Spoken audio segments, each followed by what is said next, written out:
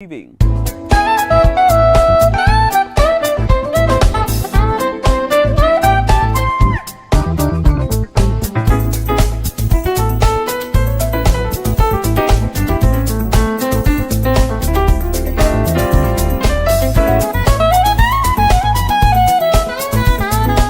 Welcome to Smiles Television Talk Show. I'm your host, Stephanie Anthony Miles, and thank you for tuning in to another broadcast.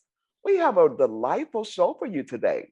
I'll be talking with Marietta Colston-Davis, and she's the author of From Autism to Beyond, A Mother's Journey of Hope. Don't go away. Remember, Jesus Christ was born of a virgin. He was crucified and buried, and he rose on the third day. Confess with your mouth that Jesus is Lord. Believe in your heart that God has raised him from the dead, and thou shalt be saved. Stay tuned for more smiles. Fireworks, fireworks, and more fireworks. Molly's Fireworks Extravaganza, located at 6607 Bond Avenue in Cahokia Heights, Illinois, has the best variety and lowest prices in the bi-state area. Owned by Molly Stanley, Molly's Fireworks Extravaganza has become the go-to place to shop in the Metro East area. They are open from 9 o'clock a.m. until 9 o'clock p.m. Molly's Fireworks Extravaganza, located at 6607 Bond Avenue in Cahokia Heights, Illinois. Marietta Davis is an accomplished technology sales executive at IBM and is currently serving as the managing director for the Global Worldwide Coca-Cola Association. She leads an international team that supports Coca-Cola in areas of data analytics and artificial intelligence, automation, and security. She previously served as the Vice President of U.S. Dynamics at Microsoft as the highest-ranking African-American executive in North and Latin America. While at Microsoft, Davis successfully oversaw and grew multiple businesses to billion-dollar corporations with triple-digit growth milestones. Marietta and I met at Bradley University, where she received her bachelor's degree. She also holds an MBA from Loyola University. A published author, Davis has written articles for the Huffington Post and Thrive Global. You just heard a lot about our guest, Marietta Colston-Davis, who is the author of From Autism to Beyond, A Mother's Journey of Hope. Learning that your child is autistic brings out a myriad of emotions. Our guest today will take us on her journey of hope. Marietta Colston-Davis, thank you for coming to Smiles Television Talk Show. Thanks for having me. It is just great seeing you, and I want our audience to know that we go way back. And we won't tell them how far back, okay? But we were college buddies, and that's where we first met. And Marietta became just one of the closest friends to me of most anybody. Marietta, you have had such a great professional career, and then to find out that your child is slightly different, that must have been very, very impactful for you. Would you just share with us a little bit about your background and your journey? Stephanie, that's a great question. And I don't think any parent is ever prepared for, information that makes your child feel less than typical. I like to use the term typical versus normal. And so there's just so many different thoughts. The objective was to really kind of focus in on what was it that we needed to do to be able to provide for him the best future he could. So there were a lot of emotions, but the most important emotion was pull yourself together and give him what he needs to have so he can be amazing, whatever that is in the future. Marietta, in reading your book, I found out some great things about you that I didn't know. For example, I didn't realize at 4 years of age, you were pretty much considered a genius, so to speak. Yeah, you're laughing about that, but you were very, very bright as a child as you are today. Tell us a little bit about your experience of being the only African American child in your school and some of the things you encountered at such an early age. To say that I was a genius would be a gross overstatement because I'm not. Most people who know me would gasp. and say that can't possibly be correct. I just, my parents got me in an early nursery school, and I did very well, and I tested, and I was able to skip kindergarten and got into the first grade at 4. I think all those academic things are one thing, but when a child is not as emotionally mature as they should or could be, it's challenging no matter who the child is. But especially when a child is of color and they happen to be the only African American in the 60s in a place called Urbandale, Iowa, there are a whole set of challenges that come from teachers, from principals, from other students, educators. And I think that you just learn to roll with the punches. You learn to adapt. You learn to adjust, and you learn what it feels like to be slightly different. You couple that with the fact that my sister had a set of special needs. I think from the beginning, God prepared me to be in a situation where I knew what it was like to feel different. I knew what it was like to cohabitate with my sister and my family differently, so that when Tyler came along, I was ready. It was hard. It was heartbreaking, but I was ready. I was ready. Wow. And you said when Tyler came along and you and your husband had to Mhm. embrace the differences that you saw in your child. What were some of the early indications? Some of the early indications was lack of eye contact. Even from the beginning, when I, breastfed him, he didn't have a lot of eye contact with me. And I watched other mothers and their children, and I noted that there were some things that were different about him. I also noticed that he was, loved like Barney. And he was also really strong on puzzles and lining things up, and a pattern and a flow. There was something very bright about him, but it didn't really align with other kids. And I thought it just might have been, the early diagnosis of autism was because the mother had a distance from her child. So you can only imagine. I thought, if my connection's not there for him, is it something that I did?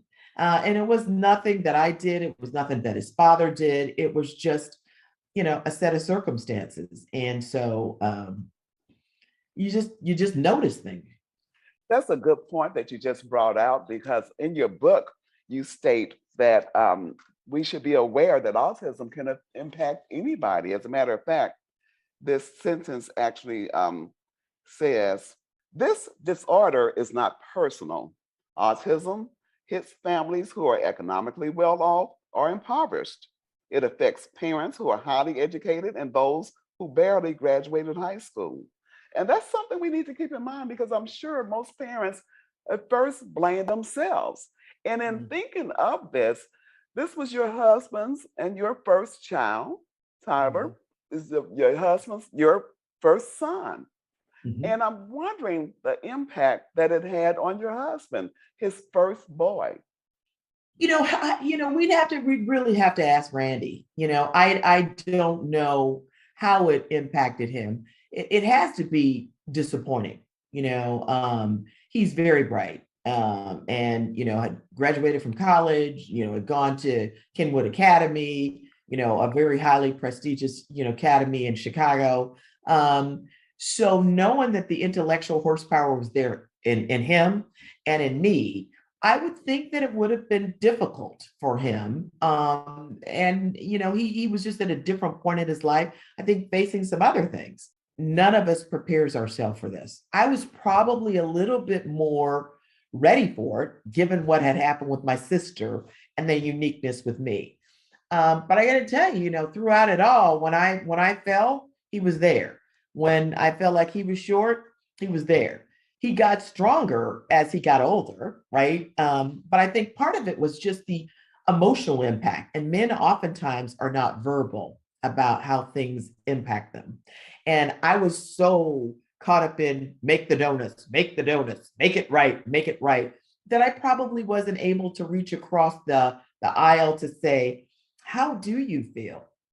How is this impacting you? And that, if there's anything I'd say to mothers, is as difficult as it is for us when your child's a boy, you got to know it's just as hard for the father. And if I could go back to the early version of Marita, I would have said I probably would have tried to spend more time understanding how it impacted him. I understand. Let me ask you this. What advice would you give parents in early detection, and how important is it to have early Oh. detection of autism? Yeah, I mean it's early detection, but it's also early intervention. I think Tyler went on to achieve the things he went on to achieve because we were able to get him early intervention. I was like a dog on a bone. I mean, I am the biggest mama bear there is. And so there wasn't a seminar I didn't go to. There wasn't a study that I didn't read. There wasn't anything that I was insistent that the school district provided him with his individual educational program IEP. And in instances, I had to go get an advocate to ensure that he was going to get the services that he was due. So detection 0 to 2, 0 to 3 is important, and it's hard to put your 2, 3-year-old on a school bus in the morning, let alone a 5-year-old. But I did it, and we did it, and that's why he's just amazing today. Just real briefly, in your book, you mentioned a girl named Sarah, and I know Yeah. Sarah, and Yeah. she's a speech pathologist. Tell us how that relationship helped you cope with what you're dealing with, you had to deal with. You know, God put special people in our path for a reason, and we all went to college together. Great speech pathologists, great audiologists that we know in our sorority. But I think in this one, he attached me to Sarah, maybe perhaps for a preparatory reason with Tyler. And it was those conversations that I was able to have with her to say, hey, seems something's not quite right. I feel like there's this thing called, I read it called PDD, and I think he might have it. And she was just slow to jump to judgment. But if it wasn't for her work at the University of Illinois, the Chicago campus, and the team of experts that we were able to get a cross-category diagnosis for Tyler very, very early, I don't know that he would have been as far along.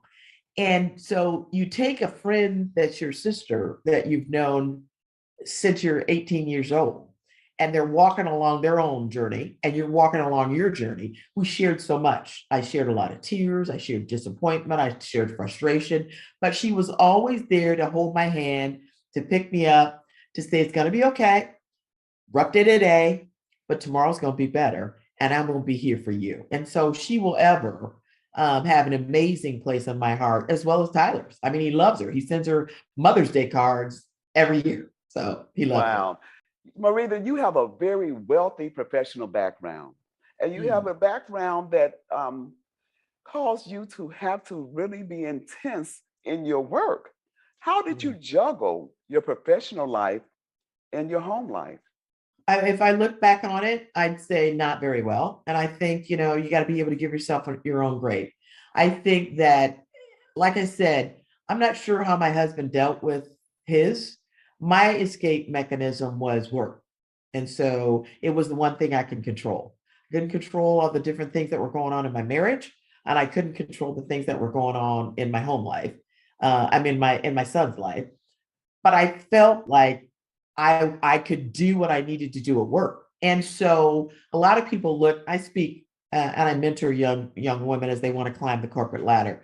And they said, how did you do it? And I think not successfully. And I think part of it was an escape mechanism because it was the one thing I could control. And so I worked, which was good, right? And I think there's a reason for it. Otherwise, I would have clung to Tyler. And I think if much is given, much is required. So I was really blessed along the way with people that believed in me as well. There's some great points in here about Tyler and his growth and the things that he's accomplished. Take us on a brief journey because he's a college graduate. Hmm. Yeah, so Well, the brief journey, wow, that would be hard. I want people to read the book, and okay. I want people to get the book on Amazon.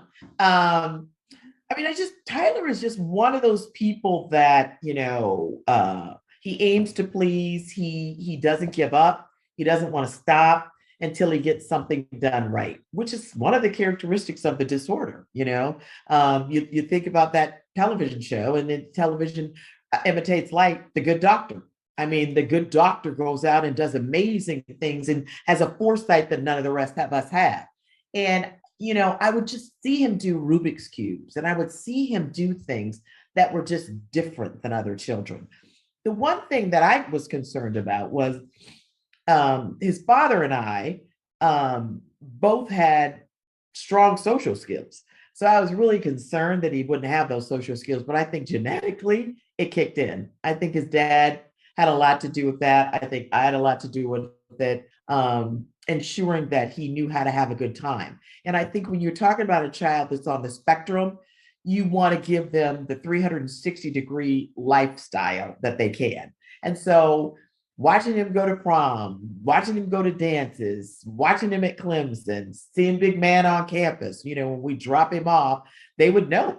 I mean, I think about, Taj Bowie, who is I think the quarterback for the Houston Oilers, knew him, and he'd come up to him and dap him and be like, "What's up, man? Well, tell me about your summer." So it's just super important to be able to acknowledge the fact that not only did he work hard to become more, he worked hard to be socially ready. That's all him. I understand. If you had to do anything differently in your time with Tyler from his early years until now, what would that be? I think I would have enjoyed the journey more versus being so concerned about what the destination was. I think I've spent so much of my life, even from that little 4-year-old girl to now, focusing in on the journey. I mean, focusing in on the destination, that there are elements of my life that I missed that I didn't enjoy the journey. I So, understand. And you also said, we talked about Sarah being a great support. Your mother was a mm, great support as well. oh my gosh, yes, that goes without saying. I mean, my mother and my father, but I think my mother was just always adamant that you did all the right things when you were pregnant. You're a great mother, and now you can't wallow in this. You got to keep going forward for him. And I, listen, she was a great. Well, I watched her with my sister, and I didn't really realize there was anything different with my sister until I was much older. And that's a testament to how she raised us. And I don't know that I'll ever measure up, but I do think she was a great role model, and she was always there. I mean, he's her heart. He's her heart. And she, sometimes I always tell her, I think you love him more than me. Uh, she loves him. Yes. What words of advice would you give young parents who have to rear children with autism? It's no different than the way you rear a normal child or a typical child. You got to know they're a blessing from God, and I believe that. You got to ask God to wrap them around his arms and be with him every single day. And, you got to know that you're their mouthpiece and you're their voice, whether you're an African American man growing up and just stopped by the police, whether you're, an African American female that wants to break barriers, or whether you're a child that doesn't have typical characteristics. We are the mouthpiece for our children, and we owe it to them to be engaged and to be active all the time. What would you like for people to gain from your book? What is the main point that you want to drive into the minds of your readers? It's about hope. Just because your child is born with autism or Down syndrome or cerebral palsy, or they're born typical and then mental health issues show up later in life. It's a journey, not a destination, and it's all about hope. I want them to walk away with hope. Everybody's outcome's not going to be the same as Tyler's. Some are going to do a lot better. Some are not going to do as well in society's terms. But it's what your version of hope is, and just stay on that journey. And if people want to get your book, From Autism to Beyond, A Mother's Journey of Hope, how can they do that? They can do it in 2 places. They can go to Amazon.com and click in the search engine, From Autism to Beyond, A Mother's Journey of Hope, or they can go to BarnesandNoble.com and it is also on Kindle, and it's on the Apple platform. So it's out there. I would love for people to grab it. It's a relatively short read, 72 pages. There's humor, there's hope, there's inspiration. And if you don't have a child that's not on the spectrum, you might know somebody who's there, and it will also help those that are around how you need to support us effectively. Because I have some experiences and stories where there were people who missed things along the way that they could have been far more supportive of me. And so just know what your role is. I really appreciate you taking time and spending with me, Stephanie. It means a lot to me. Wow, I'm just so grateful that you took time to be with us. I mean, I know you're busy, you're a busy woman, and I just appreciate your taking time to be with Smiles Television. Is there anything else that we did not get a chance to touch on that you want to make sure our audience hears? Use your village. Use your village. Understand that every child's a blessing. Take advantage of the journey and focus less on the destination. That's it. Well, thank you, Marietta. I'm looking forward to seeing you soon. And I want to remind our audience once again, get the book, Autism to Beyond, A Mother's Journey of Hope. And I'm so glad you put that in there, A Mother's Journey of Hope, because we have to keep hope alive. Marietta, thank you again. You do.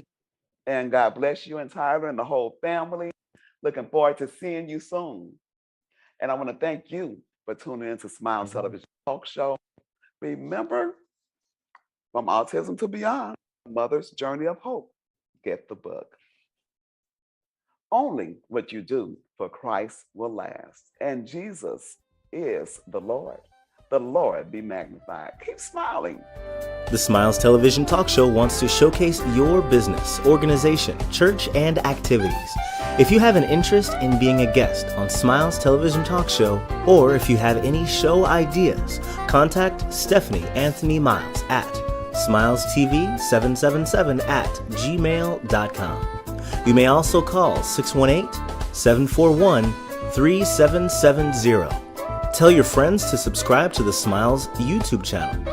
Let Smiles TV increase your reach. Remember, you look better with smiles. Welcome to Southwestern Illinois College, more commonly called SWIC. There's a campus near you. SWIC campuses are in Belleville, East St. Louis at the East St. Louis Higher Education Center, the Sam Wolf Granite City campus, and the Red Bud campus. There are even available classes online. If you take a look at SWIC's Adult Education and Literacy Department along with SWIC's Workforce Equity Initiative program, you're bound to find a fit for you. Certifications are available in highway construction, transportation distribution, and logistics, warehouse forklift safety, welding, unarmed security officer certifications are available, practical nursing assistant, and phlebotomy. Are you in need of high school equivalency classes? English as a second language classes? Sounds like a lot of money to you, right? Well, you might be surprised to find that many programs and courses are free and financial aid available for those who qualify. The Financial Aid Office is available to assist you. One last thing, SWIC's Adult Education and Literacy Department, along with SWIC's Workforce Equity Initiative program, works diligently to prepare you for employment. SWIC's Student Services Department was created for you, and it is available to help you. Let SWIC help you to chart your path in the right direction. It's your time. Take a step. Move forward with SWIC. For additional information, call 618-235-2700. 618-235-2700. When you visit Big Mama's in East St. Louis, Illinois, located at 5900 St. Clair Avenue, you will need a fork and a bib.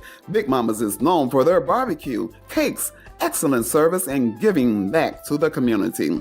Call in, eat in, drive through, carry out, order for your office.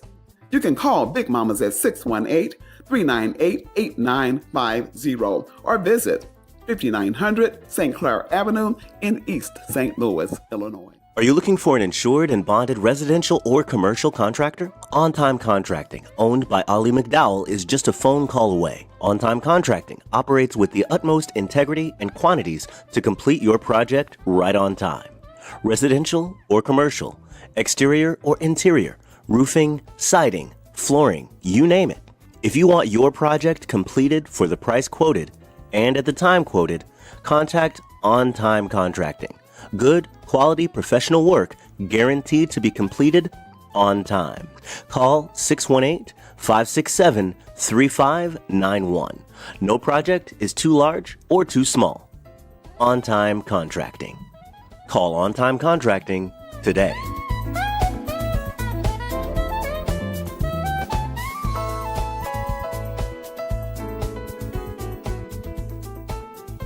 Hi, my name is Sterling Moody. I'm the owner of Neighbors Market, 1005 North 15th Street, on the Echo Jazz building across from Emerson Park Metrolink stop.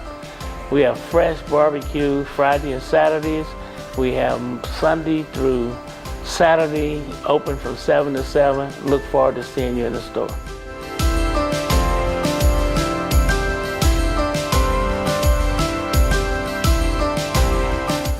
IDEX Media does a lot. From IDEX Photography to IDEX Films. We help create forever memories and forever impressions.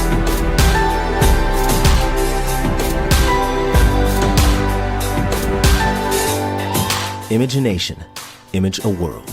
IDEX Media. Awesome sauce. Yeah, baby. The Smiles Television Talk Show wants to showcase your business, organization, church, and activities.